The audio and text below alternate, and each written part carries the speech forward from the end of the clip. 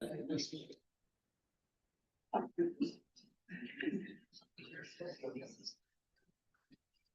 evening, friends. I'm Nancy Taylor from Ann Arbor Meeting, and I'm here to introduce our speaker. You can't hear me? I can hear me. It's feeding back. It's feeding back. This is better? Yeah. I'm sorry? Carry on. We're trying to get everyone else to shop. Oh, Carry on. okay.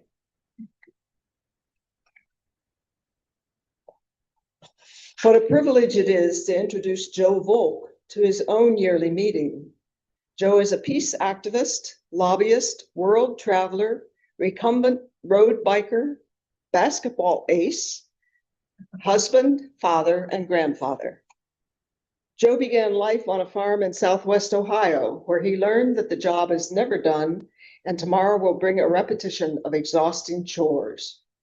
It was great training for his ultimate job of Executive Secretary of the Friends Committee on National Legislation.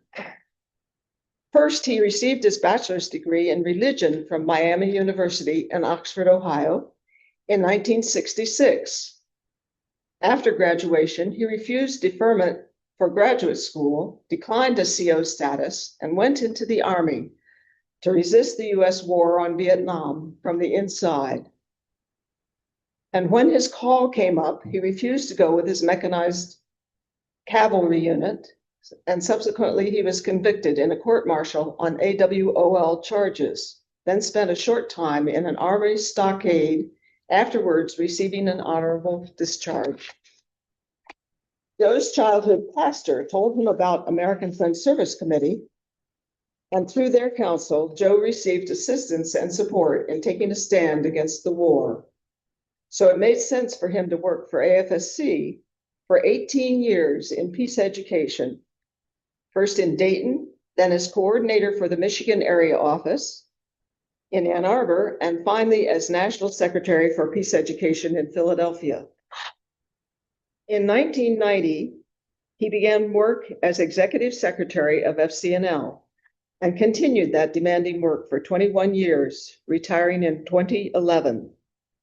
During those fruitful years, Joe lobbied on military spending, arms control, treaty ratification, peacekeeping, and all policies that seek peaceful resolution to violent conflict. During that time, FCNL renovated its office to be the first LEED certified green building on Capitol Hill. Joe also managed a growing staff. He capped a brilliant career with 6 years of travel with Beth, spending, quote, 2,250 consecutive days living in 388 different houses, apartments, hotels, and campsites around the world. When he got home, they finally moved into Kendall at Longwood in Pennsylvania and settled there. Joe is uniquely qualified to bring us this plenary address called Joyful Resistance as a Practice of Hope. We're delighted to hear, Joe.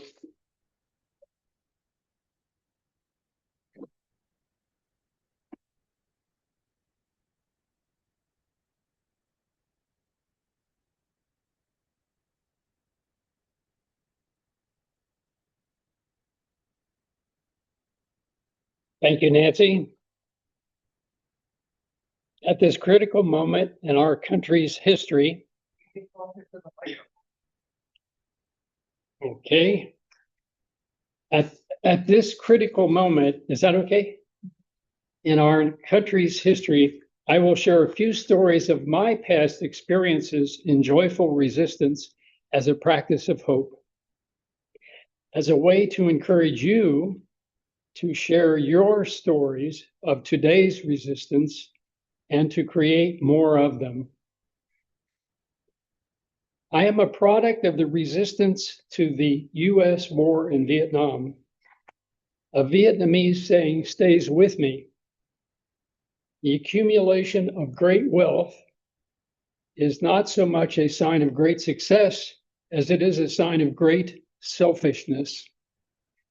In 2012, Joseph Stiglitz published The Price of Inequality, how today's divided society endangers our future.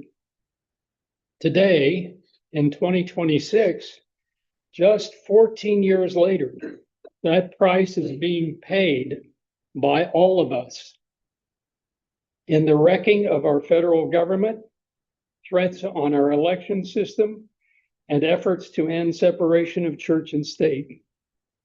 In the ICE war at home on innocent children, women, and men. In attempts to undermine public education. In cover-ups of our real history with factless, FACT-LESS, factless myths. In attempts to blind our public to the reality of human-caused climate change. In replacing the rule of law for all of us with authoritarians ruling all of us by law. In unauthorized wars abroad and illegal boat wars on alleged drug runners. Now we are all called to stand up in many different ways, to speak truth to power, to exercise love as the first motion, to take risks of faith to rebuild our communities, our government, and the prospect for future generations. Your talents and your choices will make all the difference.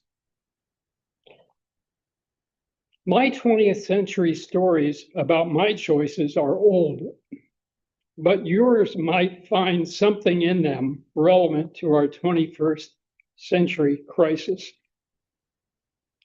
I am not a birthright friend. I grew up in a conservative community. My family was neither pacifist nor progressive. When I was born in 1945, my parents named me Earl Joseph after two uncles still in World War II and in combat zones. We lived on a small farm near Blanchester, Ohio, a solid Republican congressional district. In a Methodist Youth Fellowship meeting, when I was a teenager, we read the Garden of Gethsemane passage, where Jesus told Peter to lay down his sword. I asked our pastor, Reverend Roy T. Ballard, a World War II merchant marine veteran, is it Jesus asking us to lay down our swords and rely on love, on nonviolence? He replied, Joe, you could read scripture that way, but if you do, you're going to get into a whole lot of trouble. So how did I end up serving in two Quaker organizations for most of my working life? The answer is that I went into the Army to try to resist the war in Vietnam.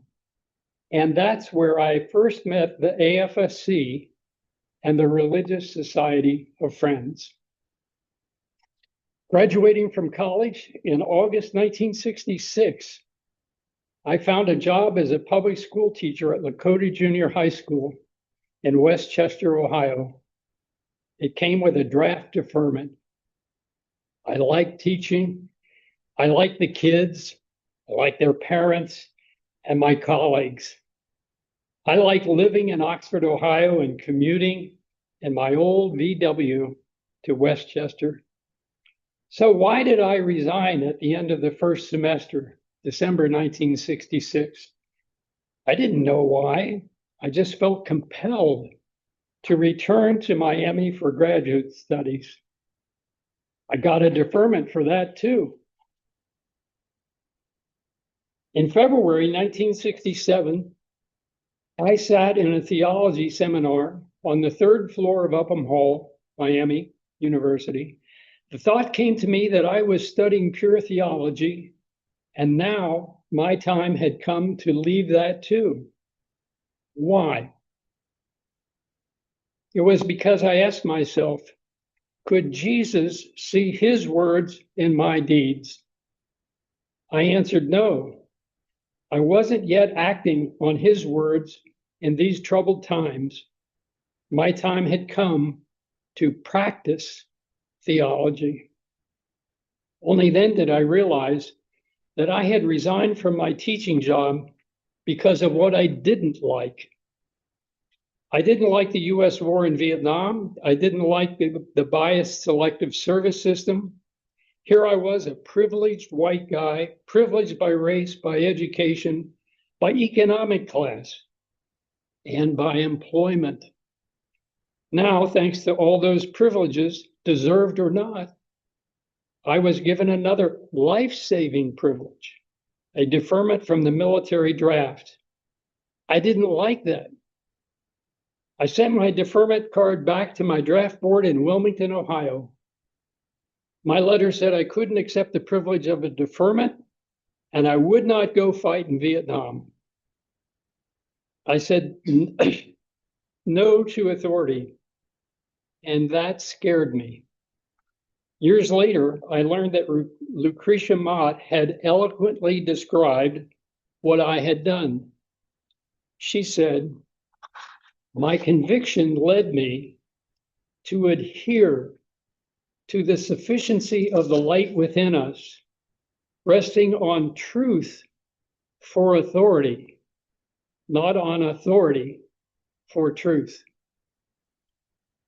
What I did was a private act of faith and conscience. I wasn't affiliated with any movement, groups, didn't discuss it with others, not family, friends, mentors, or pastor.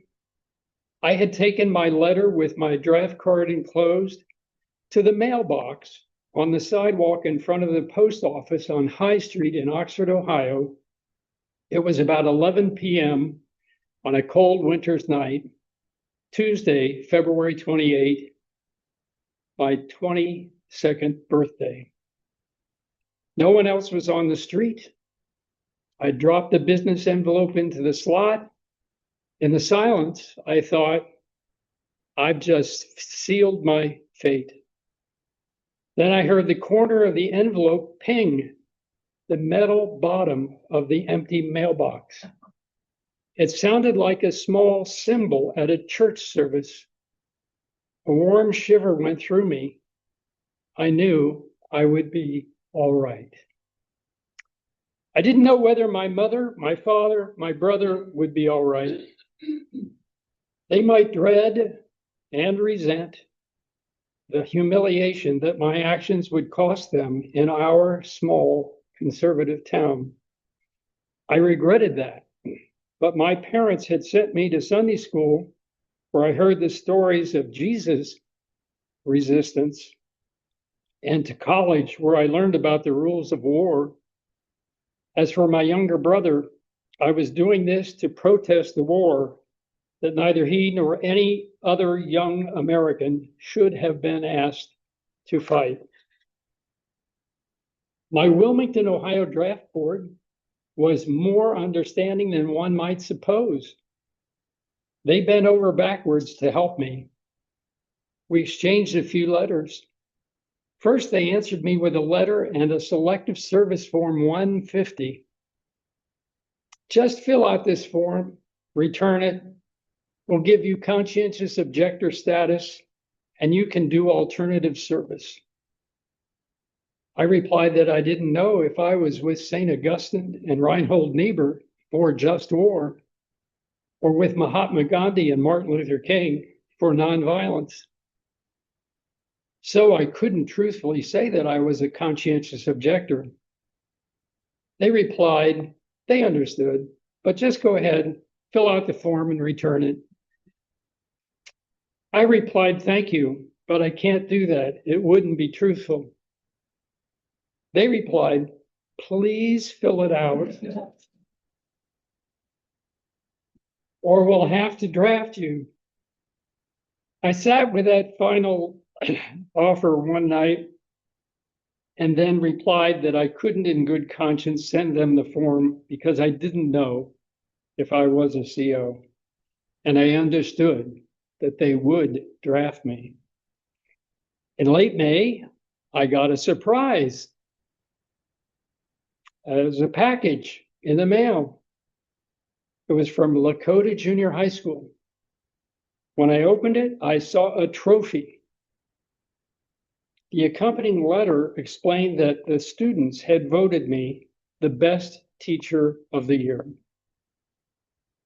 Tears came to my eyes, and I felt regret for having resigned.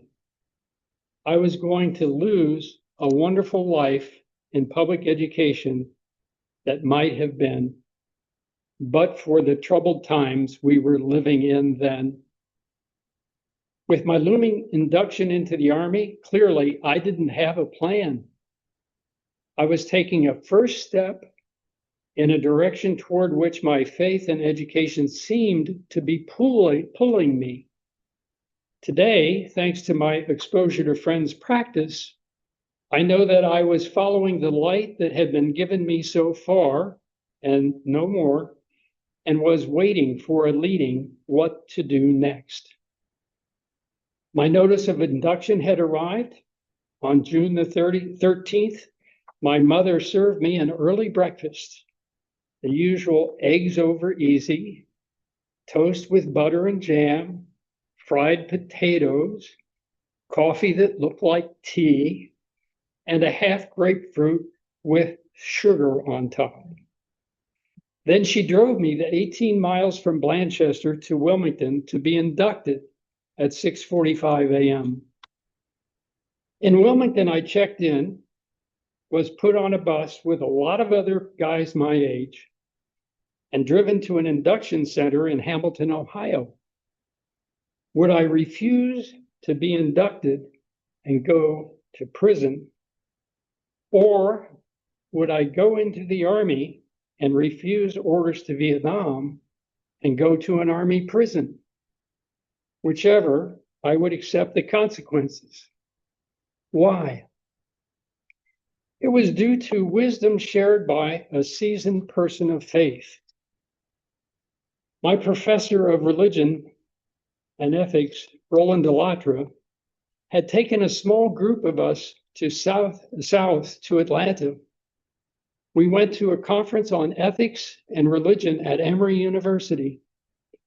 What I recall clearly was our small group meeting with Reverend James Lawson, who played a key role in constructing the nonviolent direct action strategies of the civil rights movement. Among the lessons that he underlined for me was this: the question is not, will I suffer if I do this? No, we all will suffer. Rather, the question is, to what purpose will I put my suffering? I took that lesson with me on my journey. The U.S. military was among the first federal departments to be desegregated. President Harry Truman did that with Executive Order 9981 on July 26, 1948. That came to my mind when, on May 13, 1967, I was called into an examining room in the induction center for my physical and saw my examiner. He was an African-American soldier. I'm pretty sure he was a non-com, perhaps a specialist in the medical corps. He was polite, competent, efficient. He had a lot of exams to do that day, but he did not rush mine. My physical exam went well until some questioning. Did I ever have any serious illness? Yes. What were they? Well, I had suffered kidney failure at 13 and almost died. He winced and said something like, "Oh, I'm not sure I can clear you." I replied, "I was sure my kidneys are okay now." He furrowed his brow and asked, "Really? Are you sure?" I said, "Yes." Then he asked, "Anything else?" I said, "No." But he held out his hands and said, "Let me see your hands." I held my hands in front of him. He took my right hand and placed it on his left fist and said, "Squeeze my fist as hard as you can." I did. He said, "Good." Now he extended his right fist and said, "Squeeze my fist as hard as you can with your left hand." I did as he instructed. He didn't like what he felt. "What happened to your left hand?" he asked. I made light of it. "Oh, just an accident." Unsatisfied, he asked, "What kind of accident?" I told him an industrial accident. And he became more insistent. "What kind of industrial accident? Be specific." So I told him about the 35-ton punch press that had malfunctioned at the Aranca factory in Middletown, Ohio. It had crushed my fingers and hand and clipped off the tip of a finger in a die for shaping metal. To that, he shook his head, and without a pause, he said, "Oh man, it's too bad you're left-handed. I can't clear you for induction." I told him, "I'm right-handed. It's okay. I can do everything I need to do." In response, he took both my hands in his. He squeezed them to get my attention. And giving me a piercing look, he said emphatically, "It's a damn shame that you're left-handed, because with that injury, I can't clear you for induction. Understand?" I did understand that he was trying to help me out of the draft and out of the Army. I looked back at him and said, "Yes, I understand, but it's okay because I'm right-handed." He dropped my hands in a gesture of failure and simply said, "Okay, you are right-handed, and you are also the dumbest white boy I have ever met." I didn't take offense. He said that in the nicest way possible and with a smile on his face. I believe that during the process of my induction physical with him, what I was supposed to do was revealed to me. In that moment, it came to me. I should go into the Army, walk with my peers, try to share what I knew about the rules of war, the Nuremberg Principles, the Civil War in Vietnam, the Geneva Conventions, and most importantly, why we citizen soldiers should have not only a right, but a responsibility to refuse to go fight an illegal, unjust war in Vietnam. I would follow that nonviolent principle that I learned from talking with Reverend James Lawson and from reading Gandhi. Accept voluntary self-suffering to try to reveal truth to myself and to my community. I wanted to put my suffering to a worthy cause. So that's the start of my experiences in resistance. I went into the Army. During basic training, I decided that I was a CO. I passed out FOR, Fellowship of Reconciliation, We Won't Go pledge cards to all my buddies in the company. In 1968, I refused movement to Vietnam. Yet I did not get a general court-martial for that, and later received an honorable discharge. Unknown to me at the time, and unlikely as it may seem, I had just taken my first step into the U.S. peace movement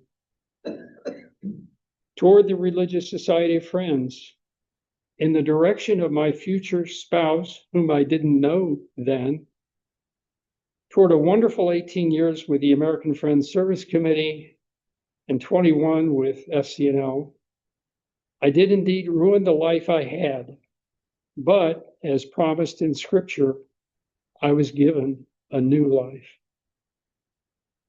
I had processed out of the Army in May 1969. Beth and I got married in March 1970. In late 71, I applied for a military counseling job at a Quaker house in Fayetteville, North Carolina, near Fort Bragg. Remember, I was doing this by snail mail. I got a reply letter from the chairperson of the personnel committee. He explained that they could not consider me for the position because the Quaker house had been bombed and they had temporarily suspended operations. Kindly, he forwarded my application to the AFSC Southeast Regional Office in High Point, North Carolina. That's how I got my first job with AFSC as their Regional Nonviolence Training and Action Coordinator. Beth and I moved to High Point, North Carolina in May 1972 with our 2-month-old son, Joshua. By June, with the US war in Vietnam continuing, we met other AFSC and AQAG, that's a Quaker Action Group, members in Norfolk, Virginia. David Hartsoe and Robert Levering had recruited and organized for a nonviolent canoe blockade of the aircraft carrier, the USS America. It was leaving in a few days with a crew of a couple thousand and a lot of aircraft for bombing missions in Vietnam. President Richard Nixon and National Security Advisor Henry Kissinger were escalating the air war.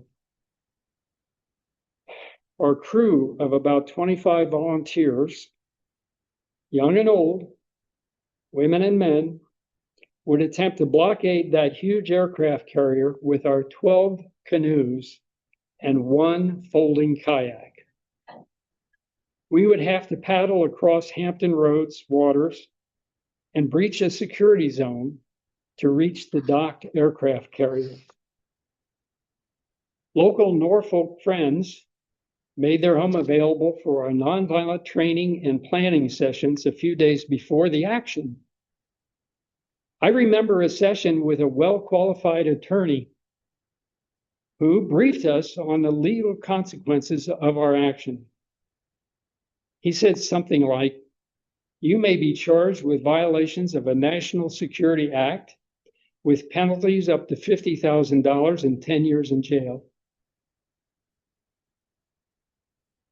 From the back of the room, someone asked, "Will we get the full penalties or might we be sentenced with less?"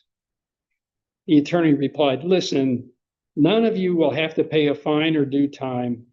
I've sailed those waters for years, and I know that there is no way in hell that you can canoe across those rough waters. You are all going to drown."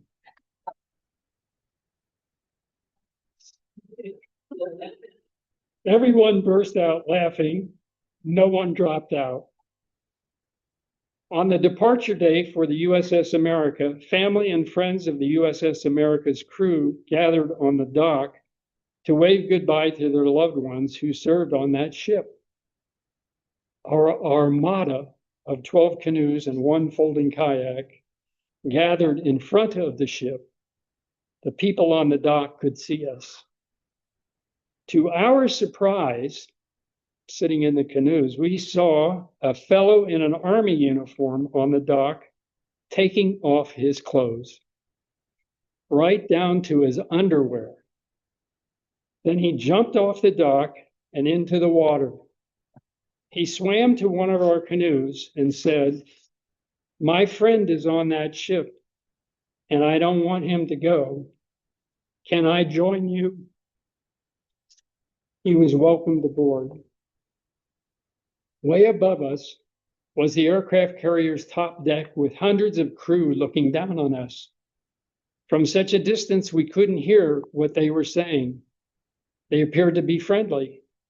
Coast Guard cutters with the low stern in the back, almost down to the water, came at us really fast, swerved at the last moment around before hitting our canoes, then slowly backed up toward each canoe. They caught hold of our canoes with long-handled devices, pulled them close against their vessels, and then grabbed us one at a time, pulled us up on the low stern, and then turned around to get the next person. While their backs were turned, the caught protester would walk to the far side of the cutter, dive into the water, swim back to the canoe, and climb in. After this routine went on and on and on,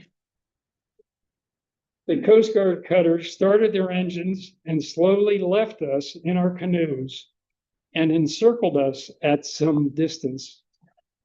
The aircraft carrier remained at the dock. We had a time of silence in our canoes, just being present and in the way. Minutes passed, perhaps an hour. All was quiet. Suddenly, our canoes flipped over. We splashed into the water. Someone grabbed me and pulled me under. I couldn't get away. And just when I thought I couldn't hold my breath any longer, that someone pushed me up and out of the water. I took in a deep breath. The realization came to me that the U.S. Navy SEALs had been deployed underwater to capture us. One Navy SEAL for each of us. Mine took me to one of those Coast Guard cutters and made sure I couldn't jump back into the water. Pretty soon, our entire group was on cutters headed for a Navy ship. The Navy SEALs escorted us up the ladder on the side of the ship's hull to the top deck. They put half of us on the bow and half of us on the stern. Then the ship headed out into the Atlantic. We couldn't see the USS America when it departed. On our way out to sea, the Navy SEALs told us that we would be arrested, and when we returned to the docks, we would be arrested when we returned to the docks after the aircraft carrier was well out to sea. Eventually, our detention ship returned to port and docked. Our Navy SEALs pointed to the ladder leading down to the dock and told us, down the ladder, then out the dock. At the end of the dock, you'll find your canoes. Take your canoes and get the hell out of here. As we all walked away, I felt a tap on my shoulder, looked around, and there was the Navy SEAL who had pulled me underwater. He stopped me and said, "Let me ask you a question.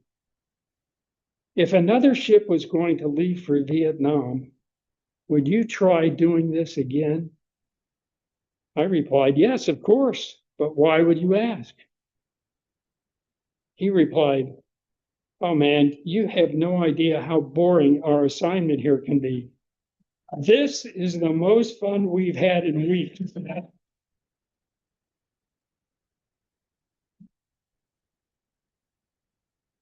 I explained, well, you know, that it is very difficult for us to learn when a ship is leaving for Vietnam. How can we find out? He said, "Give me your phone number and I'll let you know." I remember we only had landlines in those days. I did give him my phone number, but I never got a call. Nevertheless, his question to me and his demeanor gave me an impression that our time with the Navy SEALs out in the Atlantic had bridged the gap between us. I felt this was a day well spent, and on top of that, our group had acted as a beloved community. Our nonviolent canoe blockade made the local and national news. Our message calling for an end to U.S. war joined with other such messages. People power for peace continued to grow, as did the peace movement, even inside the military. The USS America went on to make its way through the Panama Canal to the Pacific, sailed up to California for refueling and supplies, and then sailed west for Vietnam. Rumors that I cannot verify said that midway on their route to Vietnam, the aircraft carrier's steering mechanism was badly damaged due to the dumping of tools into the gears. The USS America had to be diverted to Subic Bay for repairs, delaying its movement to Vietnam. In 1999, the post-Cold War breakup of Yugoslavia led to nationalist divisions, wars, and lethal ethnic cleansing, the Balkan Wars. These wars prompted the US, UN, NATO, and other European actors to intervene to try to keep the peace.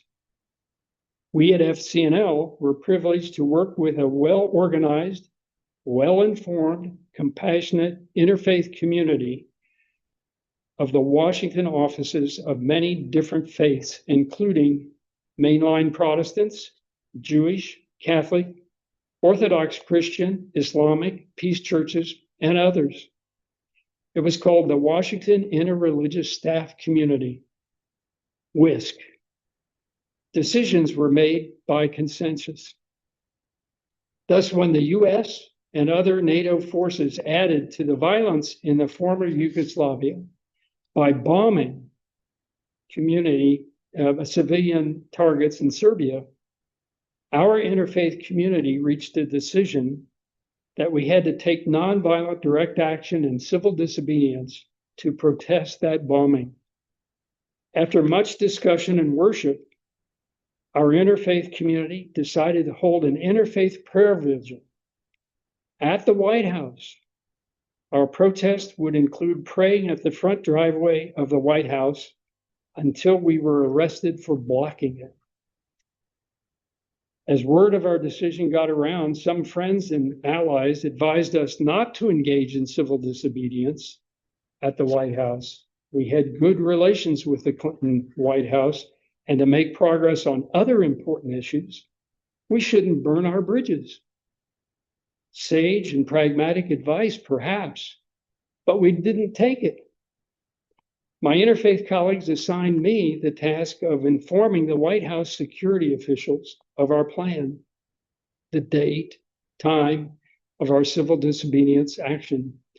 Someone gave me the right phone number to call. I returned to the FCNL office on Capitol Hill, sucked in my breath, closed my office door, and dialed the number. A nice guy answered. Let's call him Jack. He introduced himself as the officer in charge and invited me to tell him why I had called. He put me at ease with his tone and openness, and I tried to do the same for him.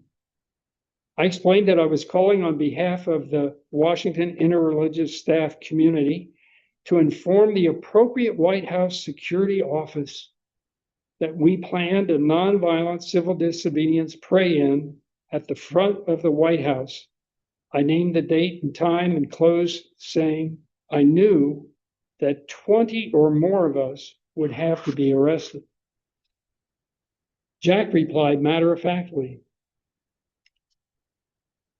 that our plan would not be a problem and that we would not be arrested. I asked him why not. He explained, well, we never use that entrance. So you won't be blocking any traffic. Disappointed, I said, I understand, but we have to be arrested for a public witness. And Jack patiently informed me, oh, if you want to be arrested, then you just have to block an entrance that we actually use. I asked him if he could tell me which entrance that would be. Sure, that would be the back entrance on the other side of the White House. Your group could get arrested there. I answered him, I'm sorry, but that won't work for us. we need to be arrested at the front entrance where the news media routinely show the White House. In his easy style, Jack said, I see what you mean, but I don't know whether that's possible. Let me see what I can do. I'll give you a ring. I'll give you a ring back. What's your number? I gave him my number, said thank you and goodbye, expecting never to hear from him again. I sat in my chair wondering what to do next. How would I convey this bad news to my interfaith community, colleagues? What kind of plan B could we come up with, and fast? Before I could leave my office, my phone rang. It was Jack. I braced myself for more bad news. He said, okay, the front entrance it is. We'll see you on the day. I managed to say thank you. I appreciate it. Quick goodbyes were exchanged and the matter was settled. On the day, we religious leaders, some in clerical collars and other religious garb, gathered outside the front gate of the White House. The gate was closed. I went to the guardhouse to ask for Jack, and a fellow replied, is that you, Joe? I told him we were starting. By then, our lectern had been set up with a portable loudspeaker. Our audience of co-religionists gathered to listen to a series of homilies and prayers, a song or two. Then some 20 of us walked to the White House gate. We knelt in the driveway and prayed. News media were there as we had hoped. As we prayed kneeling, I heard coming from the guardhouse a stage whisper. Psst, Joe, not yet. We're not ready. Go back and talk some more. I got my colleagues to return to the lectern. A few minutes passed, a few more homilies, more songs were offered. Then Jack came over and stood behind me and whispered, okay, we're all set. You can kneel down now. I passed the word to our moderator, and she announced that we would kneel in prayer to stop the bombing of civilians and civilian targets in the former Yugoslavia. We knelt down to block the driveway. A minute passed, and then we heard an engine running and a slight sound of tires on the pavement. Soon a pickup truck appeared on the other side of the gate, driven by a White House guard. It stopped at the closed gate. Then a White House guard, it was Jack, walked out on our side of the gate to inform us that the gate needed to be opened to let the truck pass. He asked us to move out of the way, please, and he returned to the guardhouse. We didn't move. A minute or so later, Jack returned to say the same thing. Back to the guardhouse he went. We didn't move. Returning a minute later, he changed his message. Now he's more stern and sounded less friendly. He commanded us to move by his third warning, or we would be arrested and removed by the guards. We didn't move. Jack gave warnings 1, 2, and 3. We remained on our knees. More White House guards came out with Ziplocs in their hands. One by one, we were handcuffed and walked to a van. No one was mistreated, and we didn't resist arrest.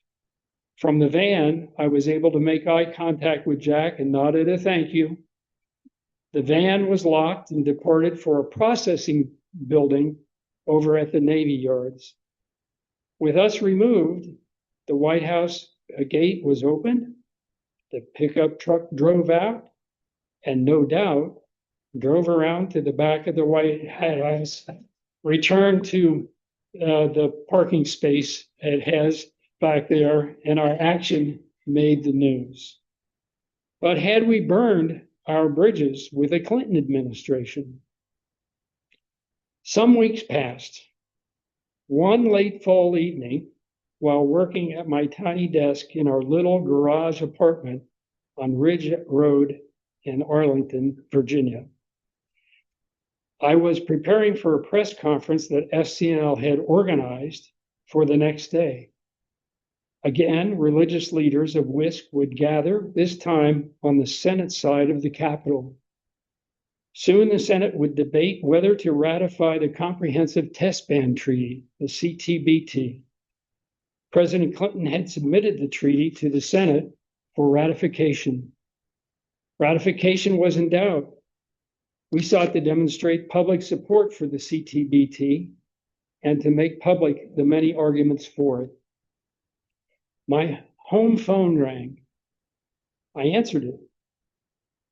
Joe, this is Maureen at the White House. She was working late too. I immediately wondered, why would she be calling me? I knew right away who she was, the White House liaison to religious communities. So I greeted her and asked, what's up? Maureen explained that her call was about the CTBT. She said the president had heard that I was organizing a press conference of religious leaders in support of the CTBT for tomorrow morning on the Hill. And I replied, yes, that's right. Maureen said the president needed all the support he can get for ratification now, and he would like to invite me to bring the group of religious leaders to the White House tomorrow for our press conference. He would host it in the Rose Garden tomorrow morning.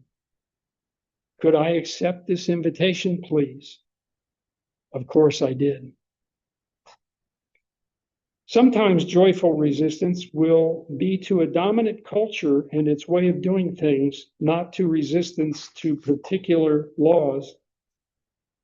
That was the case back in 1990s when the FCNL staff started having weird experiences in our old office building on Capitol Hill, on the corner opposite the Hart Senate office building. What was the weird experience? Well, in those days, we didn't have digital files. We had paper files, a lot of folders packed with a lot of documents, a lot of files. All these files were in heavy steel file cabinets with 5 or 6 drawers on all 3 floors of that old wooden house. As we walked down the aisles between the desks, the file drawers would slide open. Also, the creaking wooden floors got louder and louder. I brought in an architectural engineer to assess the situation. She urged us to move all those heavy file cabinets to the basement to prevent the collapse of the building. She emphasized that this move should be made in days, not weeks. We followed her advice. After careful consideration, our committee concluded that we had to reconstruct our historic Capitol Hill building.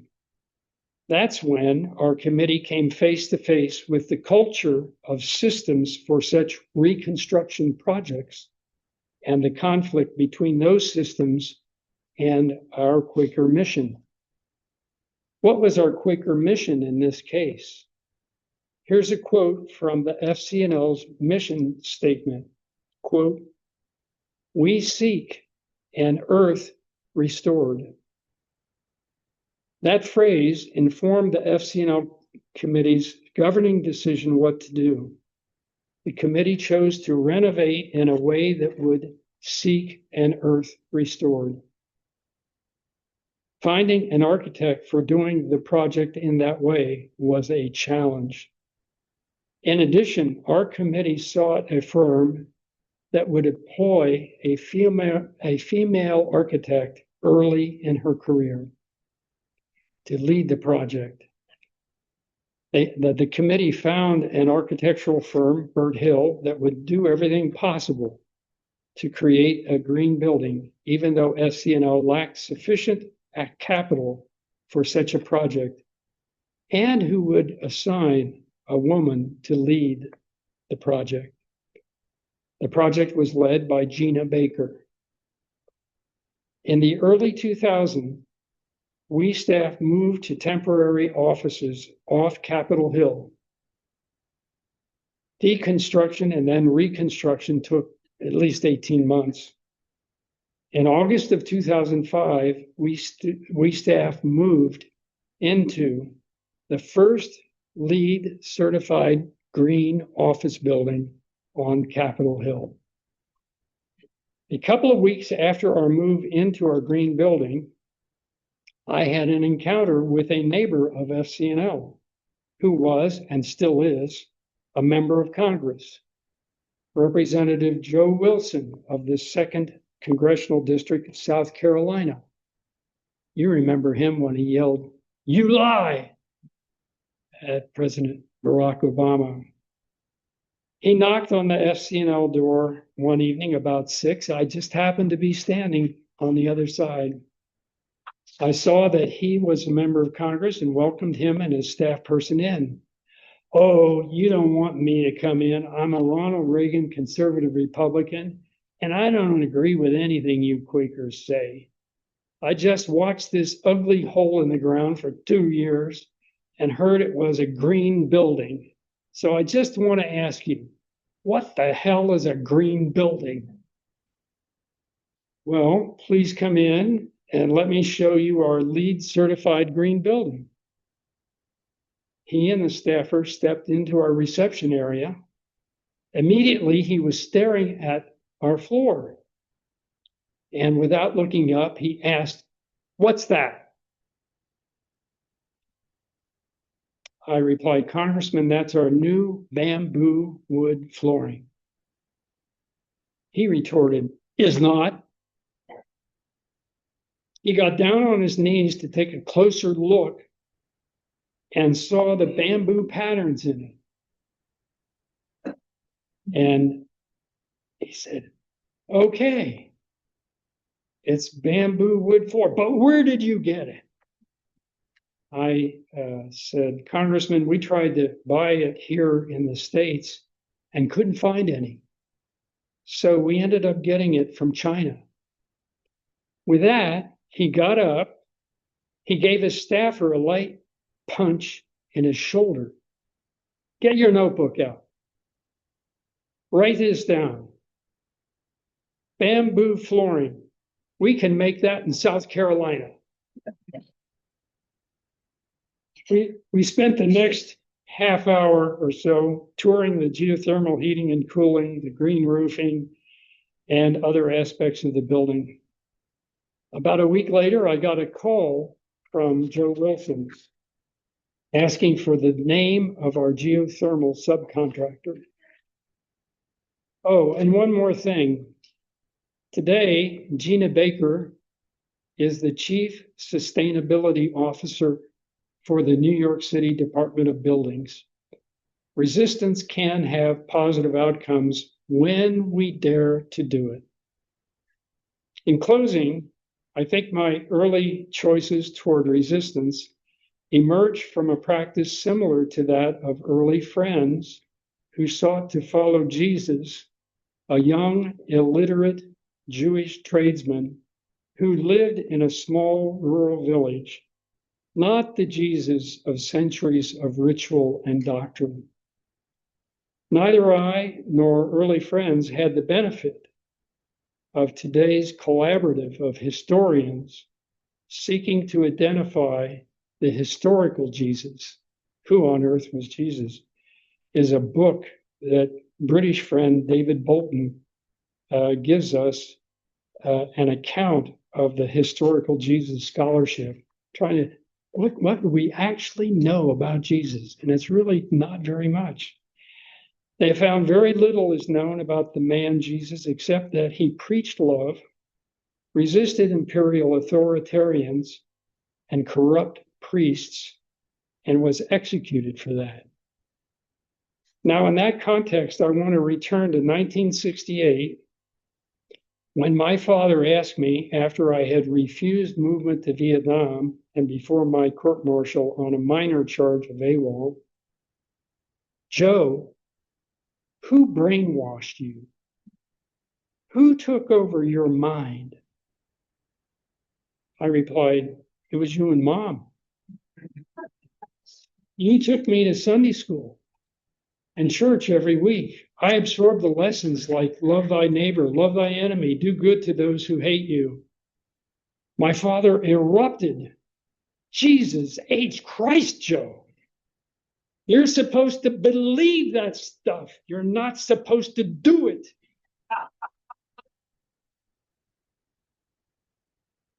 Although we actually don't have many facts about Jesus, one thing I think we can discern from what historians have found is this: we are supposed to do it out in the world.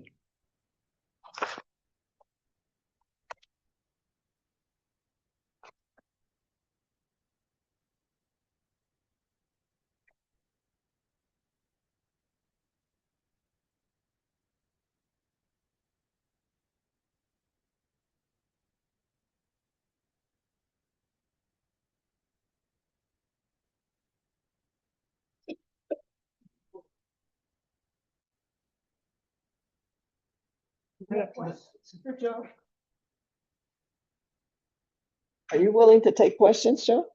Okay. There's a portable mic, so why don't you come up? Anybody have questions?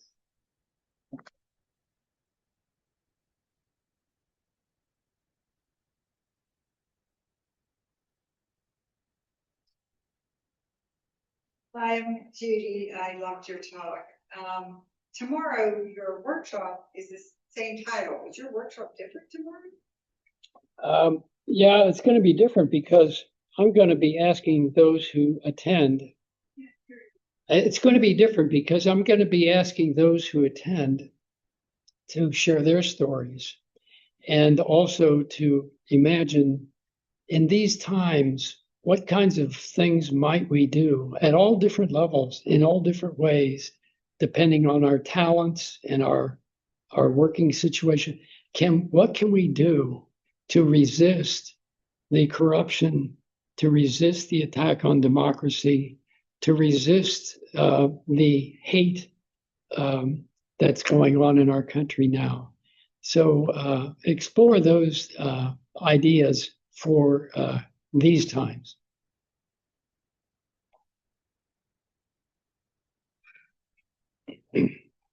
There's a. Did you know the Berrigan brothers and remember Fort Benning and all the protests in Fort Benning? And yes, this was beautiful, and I feel very activated to speak up more. Thank you. Thanks. Yes, the Berrigan brothers were very important in those times. Yeah, right. I have a question. Pick it up. Yeah. Looking back, when you were younger, think of any of these spirit led, and how have your students now been in terms of the spirit that motivated you to work for speech, and also has all these things happen as you go back? I missed the first part, the first sentence. Were any of these things? This is basically when you were younger, you think, oh, spirit led or God, and now that you are wiser, older, and you look back over the years, what do you feel? What do you think motivated you? Yeah. Were they aha moments, or did you just want reflection or prayer? Yeah. Well, if I tried to speak specifically to that, one of the things that very much motivated me, I believe, when I was young, was the public education that I got at a public school in Blanchester, Ohio, where I was taught about the Constitution. I was taught about the separation of powers. I was taught about separation of church and state. And I think that very much influenced me. A second thing that very much influenced me was that in my high school, which was desegregated, there was still, of course, racism. And a neighbor of mine was a neighboring farm of our farm was Black. And we went to high school together and we played basketball together. We did a lot of things together, but he could tell me about his experiences of racial prejudice that was happening in town to him and to others in his Black community. And that, I think that very much influenced me also. But as I said in my talk, I think another thing that very much influenced me, even as a kid, was hearing preachers talk about the teachings of Jesus. And I'll just mention one quick thing here that one of those preachers was in Cincinnati, a Protestant church where my family went. And he preached those sermons. And then from a little kid, I remembered those sermons and those lessons. And then when I was in the Army out in Colorado, it turned out I heard that he was in Denver and had a church in Denver by then. And so when I was going to refuse to go to Vietnam, I thought, well, I'll see if the church will give me some legal support. And I went up to see him because I was doing this because of what he had taught me in church. And I told him what I was going to do and could I get some legal support? He said, well, I can't, no. I said, I think you should obey the orders and you should go to Vietnam if you're ordered. I said, well, I'm not going to do that. And he said, well, you're like my two boys. I said, what do you mean? He said, well, they went to Canada. And I said, well, I'm not going to go to Canada, but I still need some kind of legal support. And he said, well, we can't help you with that. But he said, wait a minute. And he wrote down something on a card and it was an address. He said, go to this address and maybe those people can help you. And I went to an address and it was an AFSC draft counseling office. And Chester McQuarrie and Holmes Brown talked with me really for a day and a half and did everything they could to help me. And that very much influenced me too. Yeah. Thanks.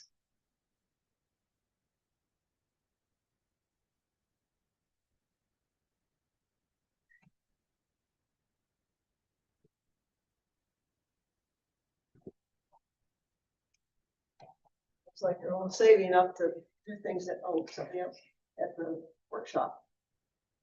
It's fine. Oh, here comes the mic.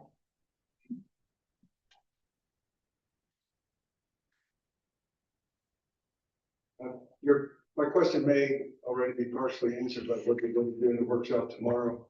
But I've been kind of wondering, how do we address the question of so much money influencing our representatives and our senators today?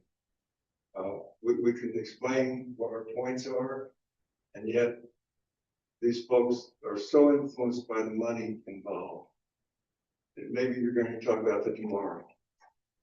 Well, whether we talk about that tomorrow depends on who's there and what they're interested in. But I think your point is really, really important.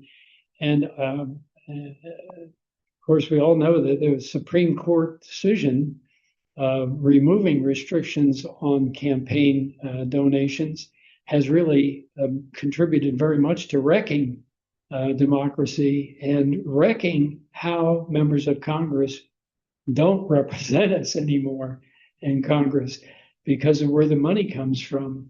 And we have got to, I think, find ways to rebuild a people power movement across the country that demands a change in that.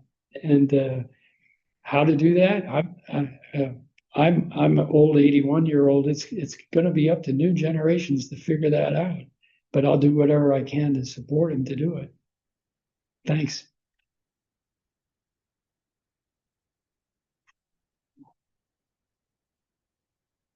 Thank you. You mentioned your bio is for AFSC, you had the title of Peace Education Director, Coordinator. How would you explain or describe sort of the kinds of peace education that we might be in need of? I'm very interested in that, and I wondered where you would be pointing us at this time. Yeah. Well, when I was the Secretary for Peace Education at the National Office in Philadelphia back in the 1980s, there was a program within the Peace Education Division called NARMIC, National Action Research into the Military Industrial Complex. And it created, using technology of those times,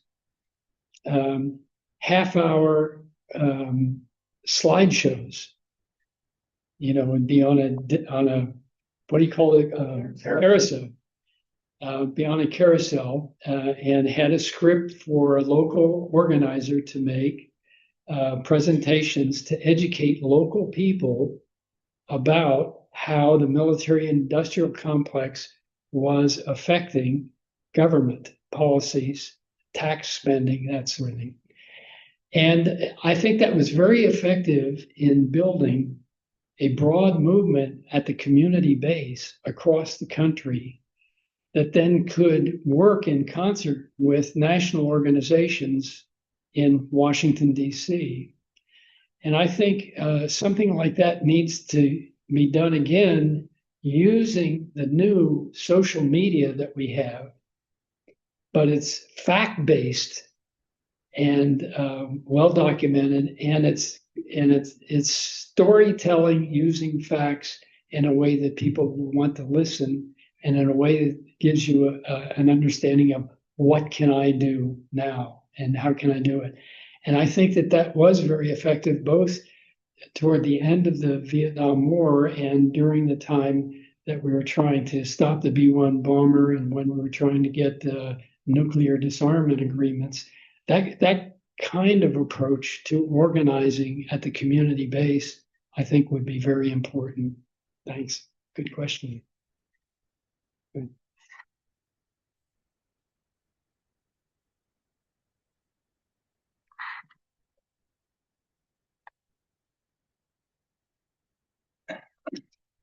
Joe, I attended very carefully to something you said very early in your talk. It was something like actions taken in love. And the question is, I observe forms of resistance to the creeping authoritarianism contemporary, and I'm not always sure that those actions are taken with full heart and love for those who are oppressing so many. Yeah. And my question is, when you were working against the Vietnam War, was the situation the same? Were there those that you would look over and say, I think we share the same goals, but I wish you were pursuing a different method? Oh, yeah. That's a good question. And there are probably others in the room who could speak to this, but yes, I believe there were others. And there was another thing going on too at that time where the government, in an effort to undermine the nonviolent peace movement, would plant people in local movement groups or national movement groups and have them engage in and argue for more angry, violent resistance in order to try to undercut the peace movement. I certainly saw that in the work that I did. And I think the key is for us to be resilient and persistent in sticking with the love as the first motion in the work that we do. And in my experience, it has made all the difference. I mean, I going back to that Army experience, again and again, I met officers and I met guys in the Army who had already served 1 or 2 terms in Vietnam and didn't initially agree with anything I did, but who ended up supporting me in my resistance because we had made friendships, because we had gotten to know each other. And I'll never forget, one of them was a colonel who called me at my unit where I was one day, and said, Joe, come straight to my office and do not stop to talk to anybody. Bring a bag of civilian clothes with you and get over here right away. And do not tell anybody I called you. And I got to his office and I was run into his office. And he said, put on your civilian clothes in here. And I said, Colonel, I don't understand what's going on. He said, well, we are in trouble. And I said, we? You and me? And he said, yes. And I said, I don't understand. And he said, well, the MPs are looking for you right now. And if they catch you, you're going to get another general court-martial. And after your last court-martial, and you kept refusing orders to go to different companies, we just made up some orders for you because we didn't want you to get any more trouble and assigned you to the social work clinic until your time was up. And so we just made up those orders and the Pentagon didn't know about it. They just found out. And so we've got to get you out of here. I said, well, what are we going to do? And he said, well, you're going to be the Army's representative to a summer camp for mentally retarded children and to give local parents a summer break from having to take care of their kids. And you'll be the Army's representative there as one of the camp counselors. And I said, well, won't they just go out there and arrest me? He said, I don't think the Army is going to want to be in the news for having one of their official representative to the camp being arrested. So no, I don't think that's going to happen. Just be sure you stay out there at the camp until the day you process out of the Army. So again and again, I had these experiences where you wouldn't have expected the kind of help and support that one gets because you have developed a friendly relationship with someone. Thank you all. I very much appreciate this evening with you.